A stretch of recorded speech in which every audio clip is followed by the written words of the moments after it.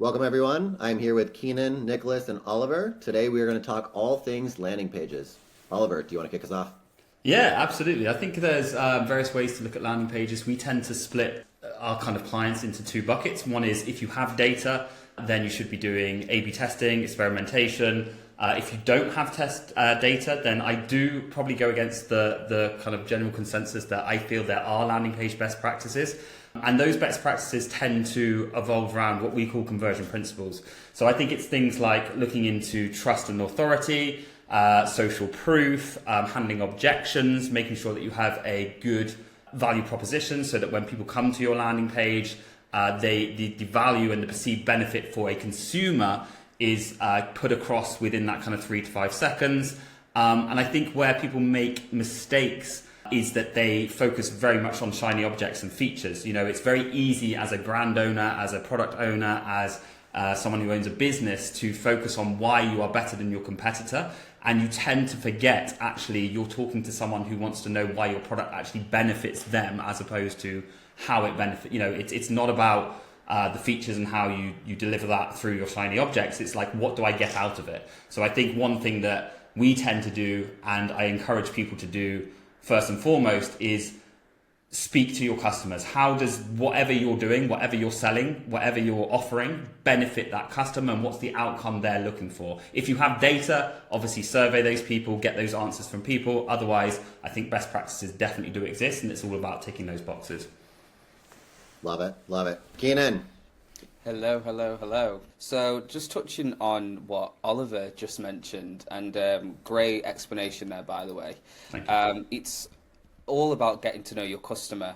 It's quite surprising at how many clients of ours don't speak to their customers, and we have something in one of our SOPs where we start off the research phase by taking the last 3 to 6 months of a client's reviews, and then from that we're able to review all that data, figure out the motivations, incentives, handle the objections. We're able to figure out any friction points, anxieties, personal stories, and then we take all of this information, and that allows us to then build out a structure for the landing page.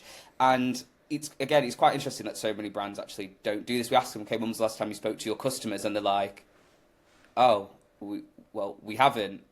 So that's mainly the main thing, and I would probably echo even more on research. I mean, research is so undervalued in CRO because, as we all, and landing pages in general, as we all know, it's all about iteration and testing, and what may work for one business and one brand may not work for another. So it's always great to find out your what and your why. So that's why mirroring up and matching up your qualitative data with your quantitative data. I mean, all brands should have Google Analytics. They should have any way to capture all that very important data. But it's also getting the why behind that. And the only way you can get that is speaking to your customers. And once you have those two things, you can then, in my opinion, that's when you're prime to create the best landing page that will hopefully convert the most based on the product, the offer, how it can help your customers solve a problem they're currently going through, how can it get them from A to B, etc. So just an overall summary is make sure you're talking to your customers as much as you can, as regularly as you can.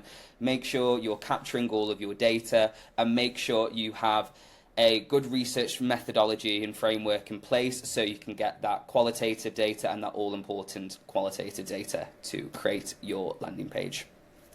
Love it. Awesome. Very, very well covered. Very well covered, both of you. Nicholas. So, yeah, no, a lot of good stuff here, guys. This has been great.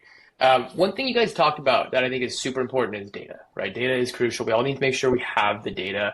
But one thing I want to talk about today, obviously, is data, what we're using it for and how we can use it. And one thing, it's one of my favorite data points, obviously, is going to be heat maps. We all love heat maps. But one thing I think is very underutilized is our scroll depth. So Keenan was just talking about, getting to know our customers, some of those friction points, going through reviews, why people are buying, why they're not buying. With the heat maps, you can actually start seeing what people care about. And so one thing I see a lot of is when we start seeing scroll depth, right? People going through where they're getting off, where they're dropping off there, where people are actually stopping their scroll. And what we see a lot of is people actually not even seeing a lot of the information they need to make that buying decision. And for us, our number one principle when it comes to really anything website related, whether it's product pages, even landing pages, homepage, really anything, is the website has one goal. It's to give your customers the information they need to make an educated buying decision. And if our customers are scrolling down, let's say they're scrolling 50%, but we're not giving them the information they need within that 50%, well, we lose, right? We're not giving them what they need to actually make that purchase. And so what we see is we can start seeing on our scroll depths where people are dropping off to make sure that we're getting the bulk of that information up in that area. One thing we see a lot of is people have their reviews pretty low. They kind of wrap up the page with reviews. Okay, well, that's not helping us if people are scrolling to the bottom. And so understanding where people are really dropping off there is huge. I think it's something that a lot of brands they're building these really good landing pages and they're like, well, they're not converting. What's happening here? So understanding what we're actually putting in the website and what order that is, to me, that is one of the most important pieces of a landing page as you start to get that data on there. And with that is education, right? We don't need to have anything crazy as far as like, graphics and stuff moving around and all this like overkill from a design perspective. It is, what does my customer need to have confidence in making this purchase? That's it. How can we give them that information? How can we give that information to them as quickly and as efficiently as possible? That's something that with a landing page needs to be very, very crucial, especially with using a landing page versus a product page. Typically with a landing page, it's going to be either more on the education side for a top of funnel, or maybe it's a specific angle, right? We're going after a very specific angle of our audience, a certain subset there. How can we make sure that that audience has information that pertains specifically to them?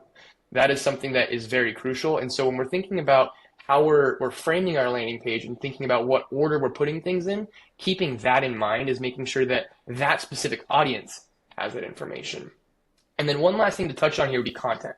Right? We all love our content. Content is king. We all know that. But one thing we talk about a lot of is content to use for audience identification. So when someone comes onto a landing page specifically, especially if you are targeting a subset of your customers, you do have that segment, the landing page needs to target exactly who that person is. So if I'm in that specific subset of my audience, I need to come on here and say, wow, this page is for me. This product is for me. If I fit this audience, this is the best product to solve my problems. And we can use content through that to really identify that audience, make someone feel like they're in the right place.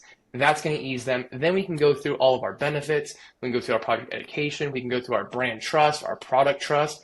But they know they're in the right place. They know this brand is for them. They know this product is for them.